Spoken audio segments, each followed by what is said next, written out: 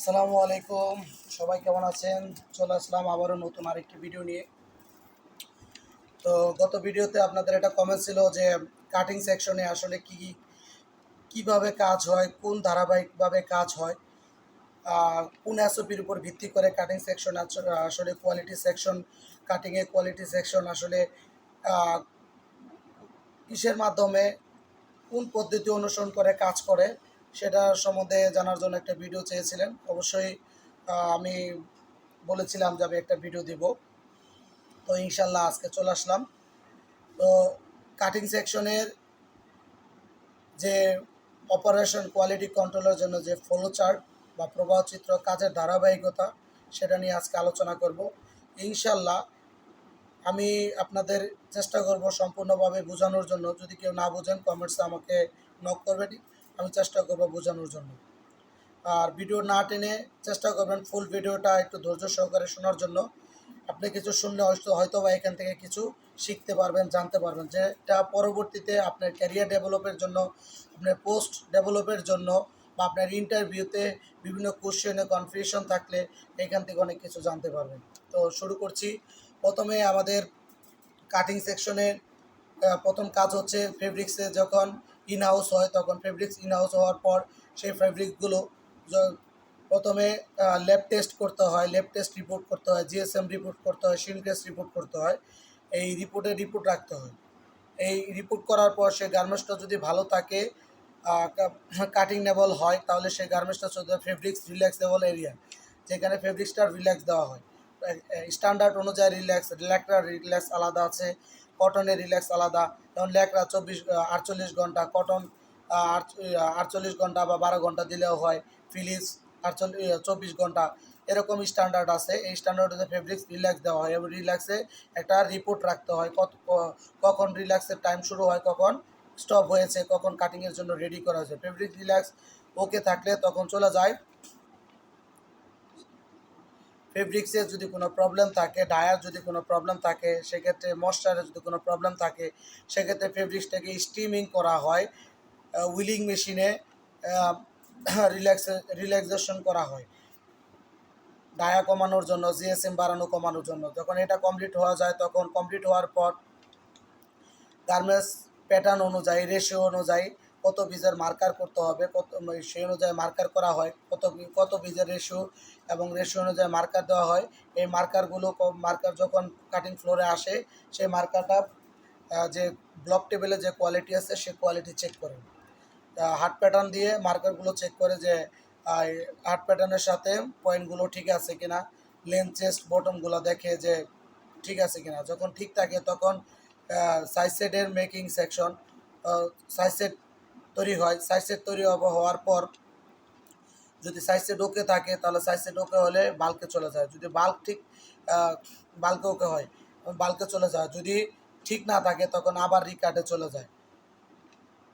Marker set হওয়ার পর size set checking and arrange PP meeting. Size set okay হওয়ার পর আবার পিপি মিটিং স্টেজ চলে যায়। পিপি মিটিং ওকে হলে, পিপি মিটিং যখন ওকে ওকে থাকে, পিপি মিটিং ওকে হওয়ার পর চলে যায় গার্মেন্টস বাল্ক বাল্কের জন্য চলে যায়, বাল্ক কাটিংয়ের জন্য চলে যায়। বাল্ক কাটিংয়ে যখন চলে যায়, তখন রেশিও অনুযায়ী যে মার্কার দেওয়া, সেই মার্কার কোয়ালিটি চেক করে। টেবিল কোয়ালিটি যে আছে, লে চেক করতে হয়। ফার্স্ট হচ্ছে মার্কার চেক করে, মার্কার হার্ট প্যাটার্ন দিয়ে মার্কার চেক করার পর যে স্প্রেডিং মেশিনের আর স্পিড প্লাস হচ্ছে যদি হাতে করে লুজ হচ্ছে কিনা বা টাইট হচ্ছে কিনা, সেখানে লে চেক করার জন্য একজন কোয়ালিটি থাকে, সেই লে চেক করে। তারপরে লে চেক করার পর চলে যায় হচ্ছে যখন মাল কাটিং করে কেক কটে, প্রত্যেকটা কেকের টপ টু বটম, টপের থেকে ওয়ান পিস, মিডলে ওয়ান পিস, বটম থেকে ওয়ান পিস নিয়ে হার্ট প্যাটার্নে ফালিয়ে দেখে যে কাটিং প্যাটার্ন অনুযায়ী কাটিং ঠিক আছে কিনা, প্লাস মাইনাস হচ্ছে কিনা। যদি ওকে থাকে, ওকে থাকার পর সেই গার্মেন্টসগুলো চলে যায়। কাটিং কমপ্লিট হওয়ার পর সেই গার্মেন্টসগুলো নাম্বারিং করার পর বান্ডিলিং হয়। বান্ডিলিং হওয়ার পর গার্মেন্টসগুলো চলে যায় 100% কাট প্যানেল চেকে। কারণ 100% কাট প্যানেল চেক করার পর যদি কোনো বান্ডিলে কোনো রিজেকশন বা কোনো অল্টার থাকে, সেগুলো বা বাইরে বের করে রাখা হয়, ওই রিপ্লেসে আবার রিজেকশন থাকলে রিজেকশন পার্ট রিপ্লেস কাটা হয় শেড ওয়াইজ, ওই রুলের বা ওই লটের কাপড়ের সাথে হাত প্যাটার্ন ফালিয়ে হাত প্যাটার্নের উপর বসিয়ে গার্মেন্টসগুলো কী করে রিকাট করে, রিকাট করার পর ওই বান্ডিলে আবার রিকাটের গার্মেন্টসগুলো ঢুকিয়ে দেওয়া হয়। আর রিকাটের যে রিজেকশন গার্মেন্টসগুলো পাওয়া যায় সেই রিজেকশন গার্মেন্টসগুলো একটি রেড বক্সে রাখা হয়। তারপরে কাট প্যানেল চেক, তারপরে রিকাট চেক হওয়ার পর বান্ডিলিং কমপ্লিট, ফুল বান্ডিল কমপ্লিট, আবার বান্ডিলগুলো আবার পুনরায় ক্রস চেক দেওয়া হয়। ফুল বান্ডিল চেক করার পরে এই বান্ডিলগুলো ইনপুটের জন্য ইনপুট র্যাকে রেডি করা হয়।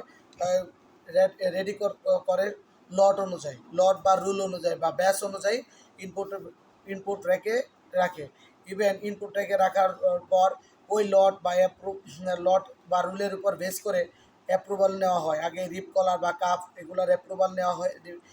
মাল কোনো স্টাইলে ওই স্টাইল যখন কোনো লাইনে প্ল্যানিং হয় তখন ওই লাইনে ইনপুট দেওয়া হয়। ওই ইনপুট অনুযায়ী ওই লাইনে ওই ব্যাসের অ্যাপ্রুভাল কাটিং কী বলে ইনপুট দেওয়া হয়। ইনপুটের সাথে সাথে ওই ব্যাচের রিপ বা পাইপিনের কাপড় অল এভরিথিং কনজাংশন অনুযায়ী দেওয়া হয়। এটা হচ্ছে মূলত কাটিং সেকশনের ফ্রন্ট একবারে ফার্স্ট টু লাস্ট কাজের প্রবাহচিত্র। এই প্রবাহচিত্রের উপর বেস করে কাজগুলো ওয়ান বাই ওয়ান কাটিংয়ের কাজগুলো হয়ে থাকে। তো ইনশাল্লাহ মনে হয় আমি আপনাদের বোঝাতে পেরেছি। যদি কারো কোনো কনফিউশন থাকে বা কোনো কোয়েশ্চেন থাকে আমাকে কোয়েশ্চেন করবেন, কমেন্টসে জানাবেন। আমি চেষ্টা করব আমি আমার জায়গা থেকে আপনাদের কনফিউশন দূর করার জন্য। আর ভিডিওটি ভালো লাগলে অবশ্যই লাইক করবেন, যদি কোনো মতামত থাকে কমেন্টসে জানাবেন। আর চেষ্টা করবেন ভিডিওগুলো দেখার জন্য। ইনশাল্লাহ ভিডিও থেকে অবশ্যই আমি মনে করি কিছু না কিছু হলেও আপনি শিখতে পারবেন। তো আজকের মতো এখানেই শেষ, দেখা হবে পরবর্তী নতুন কোনো ভিডিওতে। আসসালামু আলাইকুম।